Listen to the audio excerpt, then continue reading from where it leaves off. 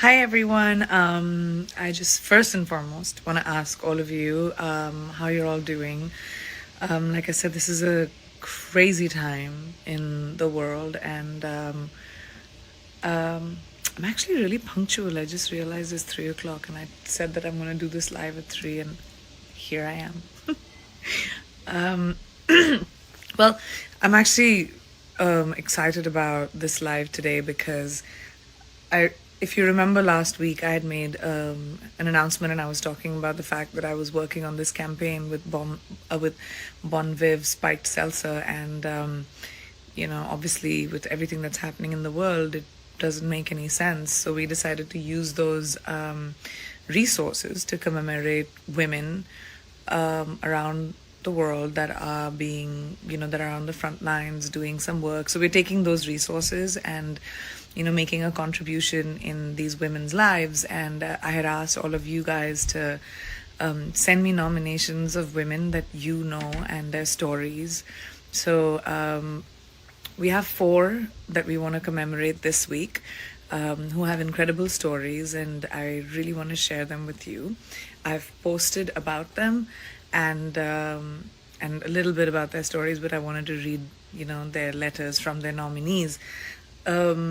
So the first one is Emily, and Emily's from Kentucky, and she was nominated by her sister Vanessa Ulm.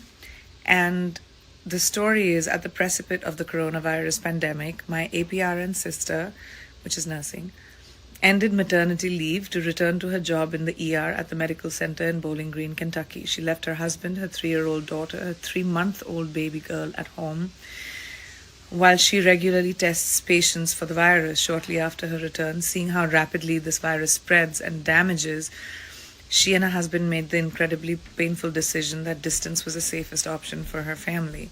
They packed up essentials, and she sent her family across state lines to temporarily live with other family members. She's tired, she's alone, and she desperately misses her family. But she still commits of her job of being on the front lines for this pandemic. She's a true rock star. Thank you, Emily, for your selfless sacrifices and for keeping your community healthy and safe during this unprecedented trying times. Your sister, Vanessa. Thank you so much, Vanessa, for sending in Emily's story. I feel like it's so wonderful to see and hear that.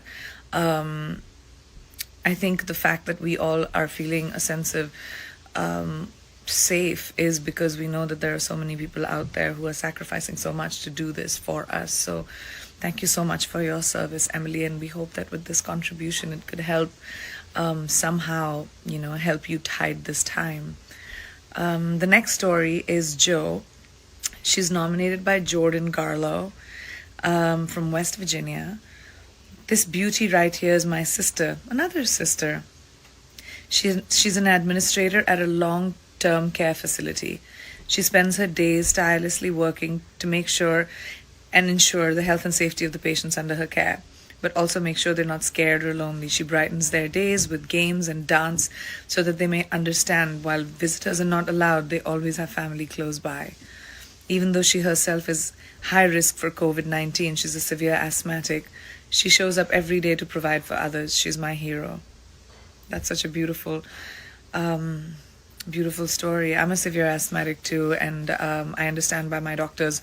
I was told exactly this as well.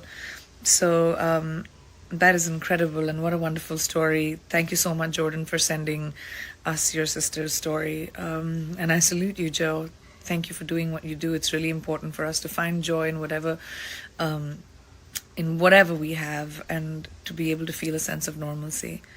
The third story is Jaya, and Jaya was nominated by Priya Vora from Virginia. And I'm nominating my boss, Jaya, who's the founder of Swaha USA, for Together Women Rise. She has shown her resilience during this crisis by donating both her time and money to get at least 10,000 plus N95 masks to those on the front lines.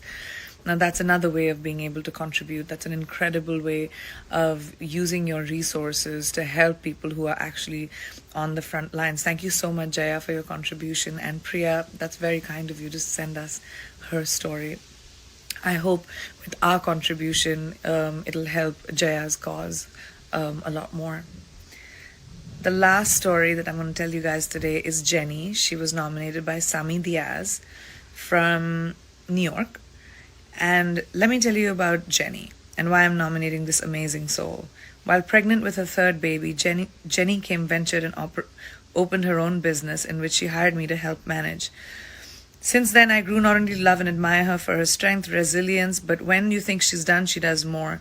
Jenny started as one of the largest Facebook communities for her parents at over 10,000 members and counting. Jenny is my friend and mentor, and I'm not surprised in this scary time she rose to help.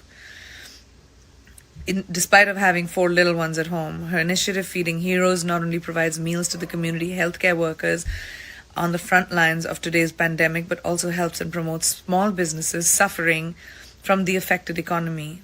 Wow. Jenny is a real-life superhero and is an example of tenacious community architect. Thank you, Jenny. And thank you, Sami, for sending us Jenny's story. That is amazing. And we look for stories like this in such a difficult time to provide for hope.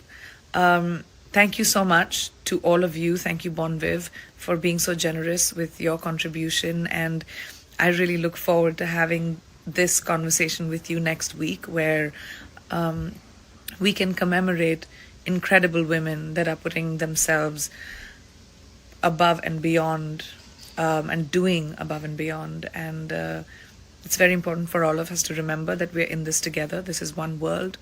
This is a disease that is affecting all of us, and we can only beat it together. So whatever you can do and however you can do it, this is the time not to question your intention, but actually to take some action and do something, especially if you're in the position to be able to help. Thank you so much. I'll keep coming back and talking to you guys, and stay safe out there. Stay with your families and keep in touch with people that you love and care about, and do as much as you can to help the people who don't have it. Thank you so much, guys, and see you next week.